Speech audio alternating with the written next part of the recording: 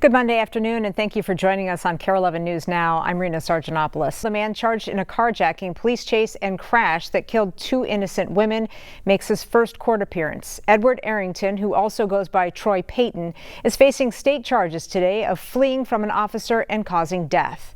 Police say Payton carjacked a vehicle in South Minneapolis last week, firing shots along the way. Authorities spotted the stolen car in North Minneapolis and attempted to make a stop, leading to a high-speed chase. The chase ended when court papers say Payton ran a red light at Penn Avenue, crashing into Liberty Borg and Marissa Casebolt's car. Both women died at the scene. Borg's young son was also injured in that crash. Loved ones tell us both women were irreplaceable. Yeah, she just brought light to the darkness, man. She wasn't negative. She was always positive. She had a goal. She wanted to be the best, the best mom she could be, and she was doing so good. Payton also faces federal charges, allowing authorities to seek the death penalty if he is convicted. New this afternoon, Myron Burrell will remain in prison and finish serving a 5-year sentence for illegally possessing a gun after losing his appeal. Burrell was found guilty of being a felon in possession of a firearm late last year. That's after Robbinsdale police pulled him over and found drugs and a loaded Glock with an extended magazine. Burrell had a life sentence for murder commuted by Governor Walz in 2020 after serving 18 years in prison. Just yesterday, the community said goodbye to 8-year-old Fletcher Merkel, one of the 2 kids killed in the Annunciation Church shooting on August 27th. Fletcher's visitation and funeral were held at Mount Olivet Lutheran Church in South Minneapolis. At the request of the family, people came in bright colors, with many adults and kids wearing Annunciation t-shirts that said, "A future filled with hope." Heidi Wigdahl was there to capture the outpouring of support for the Merkel family. The path into Mount Olivet Lutheran Church in South Minneapolis is one full of love. Love for an 8-year-old that was full of life. And so this one hits really close to home. Paige Balzer's sister has been the Merkel's sitter since Fletcher was a baby. It's unbelievable to be coming to an 8-year-old's funeral.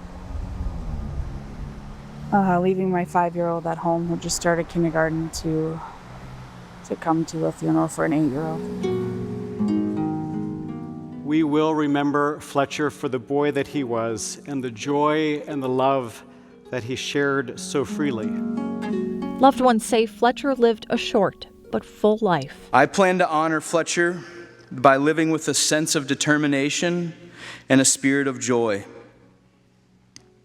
How will you keep Fletcher's legacy alive in your life? Will Sharp's son was one of Fletcher's best friends. He also coached him in soccer, basketball, and football. Will remembers Fletcher as being up for anything, like when the Gophers played USC. When the Gophers pulled off the upset, Mike asked if they wanted to storm the field with all the other students. And of course, Fletcher didn't hesitate. Absolutely, he said. Loved ones say Fletcher was anything but ordinary. Fletcher invited everyone to his birthday parties, made sure everyone was included. We think of how dynamic he was. And always in motion. His aunt says his energy matched his generosity. His gift to us, to all of us, was the chance to know him and love him. That was Fletcher's greatest gift. Fletch, we love you. We miss you. We are different because of you. May your story continue through all of us. We also have new details on the celebration of life for 10-year-old Harper Moisky. Her obituary says the service will be Sunday, September 14th at noon at the Lake Harriet Bandshell. Harper's parents wrote that she will be celebrated with the same kind of joy that Harper brought into this world. The family also said anyone who loved Harper is welcome to attend. A Duluth man is now charged this morning with starting one of the massive wildfires that burned this spring in northern Minnesota. The DNR cited 27-year-old John Wilson with a misdemeanor for allegedly failing to put out a fire on May 11th. Officials say that fire quickly spread and grew out of control. That fire, later named the Camp House Fire, burned more than 12,000 acres in St. Louis County and destroyed more than 150 structures. According to state statute, people cited for failing to put out a fire can face up to 90 days in jail, a $1,000 fine, or both. Tonight, more than 1,400 union workers like janitors and food service workers will start to walk off the job at University of Minnesota campuses across the state. This comes after Teamsters rejected the university's final contract offer. The strike will begin at campuses in Greater Minnesota today and in the Twin Cities campus tomorrow night. The workers are seeking at least 3.5% wage increases, but the U says this offer was its best and last as the university faces significant financial pressure. The U says vital services will continue. Today, we are learning more about the death of a woman in Richfield. Police say they were called to a home on Bloomington Avenue Sunday, where the man claimed his roommate was having a medical emergency. But when officers arrived, they found a deceased woman with a significant head wound and signs of a struggle. The man also had injuries and was covered in blood. Authorities say his story didn't match the evidence at the scene, and police arrested that man on suspicion of murder. Today, we're learning more about the deadly shooting that took place in New Jersey, where a man shot and killed the sister of Minnesota Timberwolves player Naz Reid. Authorities say his older sister, Taraya Reid, was allegedly killed on Saturday by her boyfriend in New Jersey. Shaquille Green, who was in a relationship with her, now faces murder and unlawful weapon possession charges. Happening today, the Supreme Court backing President Trump and lifting restrictions on what many call ICE roving patrols in California. The decision essentially allows the Department of Homeland Security to continue the practice of ICE agents stopping people based on ethnicity, language, or location. Lower courts and the appellate court upheld this approach and saying that it violates the Fourth Amendment rights. Higher court, however, disagreed today but did not provide an explanation for their decision.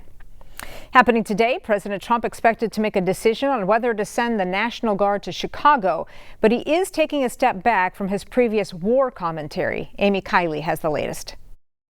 Chicago is a very dangerous place. It's really destructive, the casual kind of slandering of the city. President Donald Trump says he expects to decide on a course of action for Chicago today or tomorrow. He's threatening to send in National Guard troops, citing violent crime and illegal immigration. We could solve Chicago very quickly. The White House says it's been moving immigration enforcement personnel into the city. Advocates report immigrant detentions there over the weekend. A man who's been selling flowers on this corner for months and months and months was picked up. White House officials say how Chicago residents respond to immigration raids could determine whether Trump sends in troops. But he's backing off his social media post that says, quote, Chicago about to find out why it's called the Department of War. It would be an illegal order to declare war on a major city, any city within the United States by the President of the United States. Illinois Democrats say war rhetoric is inflammatory and a National Guard deployment wouldn't help crime.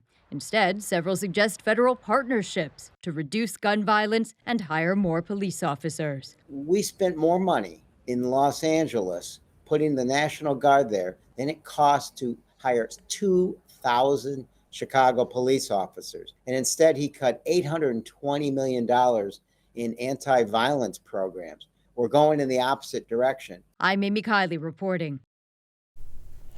Devastating news from Kathmandu, Nepal, where police opened fire at a crowd of protesters today, killing at least 17 people and wounding 145 more. Demonstrators were out in the streets protesting the government's ban on social media. The government says the ban is necessary to prevent misuse of social media and the spread of fake news and hate speech. Authorities said police were allowed to use water cannons, batons, and rubber bands.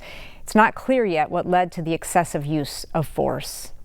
Today, at least 6 people were killed and many more injured in a shooting in Jerusalem early this morning. Authorities say that 2 people opened fire at a bus stop from a vehicle. A security officer and a civilian drew guns and killed those shooters. While Hamas did not take responsibility for the shooting, they did issue a statement welcoming the act of violence. CNN correspondent Jeremy Diamond has the latest information.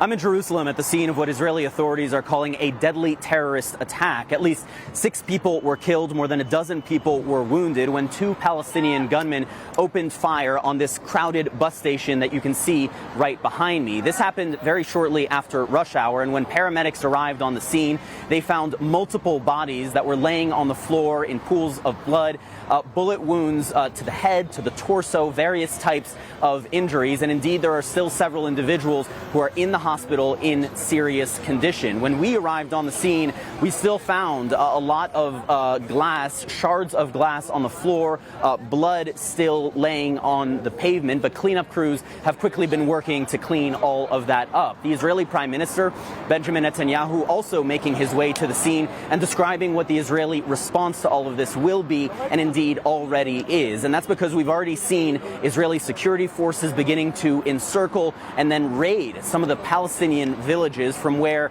these assailants are believed to have originated. But as you can see behind me, the bus station is already back in motion. People are already back to work and trying to go about their daily lives once again.